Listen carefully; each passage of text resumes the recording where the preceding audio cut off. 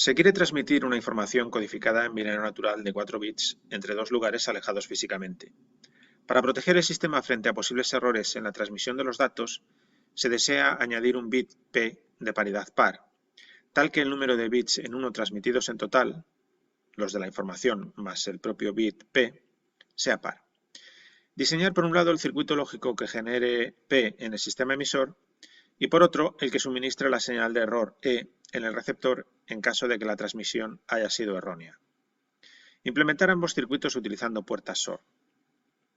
Bien, este ejercicio nos va a servir para estudiar los bits de paridad, que es el código para la detección de errores en la transmisión de datos más comúnmente utilizado en sistemas digitales.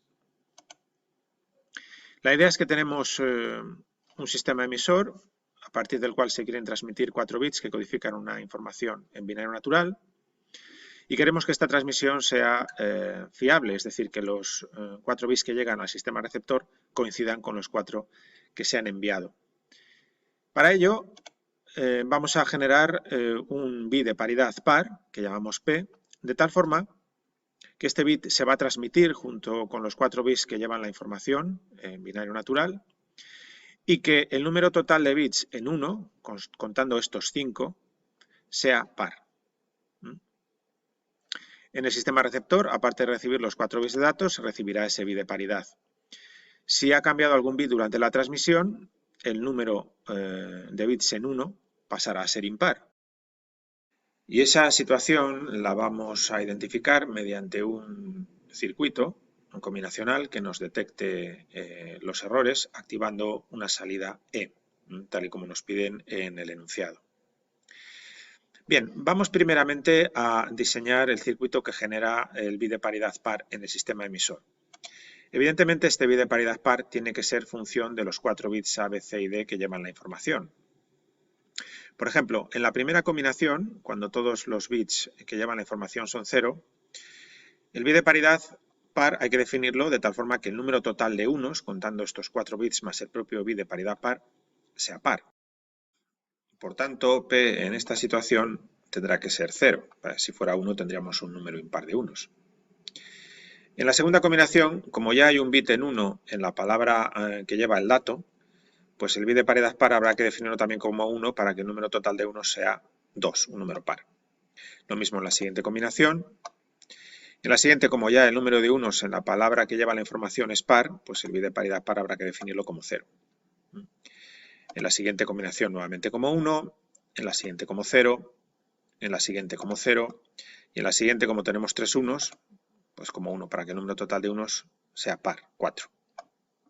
Y así hacemos para el resto de combinaciones. El número total de unos, contando los de la información más el propio bit de paridad par, tiene que ser par.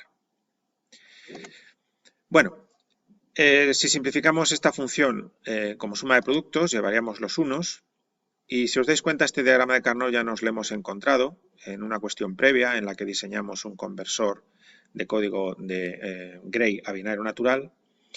Precisamente vimos este mismo diagrama de Carnot, que era el más desfavorable a la hora de simplificar como suma de productos, pero que si usábamos la función SOR nos quedaba una expresión mucho más sencilla. En concreto, esto era la función SOR de los 4 bits de entrada A, B, C y D. De acuerdo con ello, pues el circuito generador de paridad en el sistema emisor será esta puerta SOR.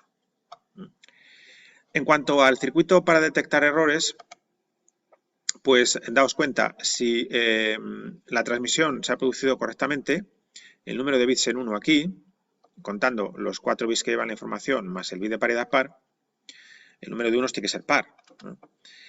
Una de las propiedades de la función SOR nos decía que si yo calculo la función SOR de 5 bits, en concreto los 4 que dan la información y el bit de paridad par, y el número de bits en 1 es impar, su salida se pondrá en 1.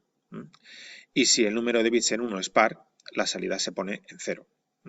Eso significa que esta puerta SOR va a funcionar como el detector de errores que nos piden implementar, porque E se pondrá en 1 solamente si el número de bits en 1 aquí es impar, es decir, si durante la transmisión alguno de los bits ha cambiado, ya sea de 0 a 1 o de 1 a 0, porque en esa situación cambia la paridad, es decir, el número de bits que están en 1. Bien, como digo, este es el código detector de errores que más se utiliza en la práctica. ¿Por qué? Porque tiene como ventajas que su implementación es muy sencilla. Como veis, el circuito generador de paridad y el detector de errores es algo tan simple como unas puertas SOR. Solo hay que transmitir un bit. Eso hace que además sea una solución bastante económica de implementar, aunque también tiene sus inconvenientes o limitaciones, y es que los bits de paridad solo permiten detectar cambios en un solo bit. Evidentemente, si durante la transmisión cambiaran 2 bits, no se produciría un cambio en la paridad, es decir, el número de unos que observaríamos en el sistema receptor seguiría siendo par, y esa situación no la detectaríamos con estos bits de paridad. Evidentemente, este sería un código detector de errores que permite identificar cuándo ha cambiado un bit en la transmisión, pero no cuándo han cambiado dos. Imaginemos que la probabilidad de que cambie un bit en la transmisión es de 1 entre 1.000.000 de transmisiones. Eso significa que la probabilidad de que cambien 2 bits sería de 1 entre 1.000.000.000. Es decir, tendríamos un código detector de errores que nos permitiría detectar un error en cada 1.000.000 de transmisiones, pero no un error en cada billón, lo cual es bastante bueno, en cierto modo. La otra limitación es que si se ha producido un error en la transmisión, sabemos que ha cambiado un bit, pero no sabemos cuál. Puede haber cambiado el bit A, el B, el C, el D o el propio bit de paridad par. Como no sabemos qué bit ha cambiado en el sistema receptor, no podemos recuperar la información correcta, a menos que el receptor envíe una señal al emisor indicándole que vuelva a enviar la última palabra en la que se ha producido el error en la transmisión. Entonces, bueno, pues el receptor enviaría esa señal que le indicaría al sistema emisor que la última palabra enviada se ha recibido mal y que por tanto la tiene que volver a enviar. Se repite el envío y si ahora ya no se ha producido error en la transmisión, ya la transmisión se da como buena y se pasa a enviar el siguiente dato desde el sistema emisor. Bien, pues este es el código de detección de errores más sencillo que existe, el bit de paridad. Comentaros que, igual que se puede definir un bit de paridad par, se puede definir un bit de paridad impar, ¿no? Es decir, de tal forma que el número total de unos transmitido fuera impar. Ese bit de paridad impar sería el complemento bit a bit de esta columna. Y también comentaros que existen otros códigos detectores de error más complejos, como son los códigos de Hamming, que no solamente permiten detectar cuando se producen errores, sino también identificar cuál es el bit que ha cambiado. De tal forma que en el sistema receptor se podría recuperar la información correcta sin necesidad de pedirle al sistema emisor que nos vuelva a enviar la palabra en la que se ha producido la transmisión errónea.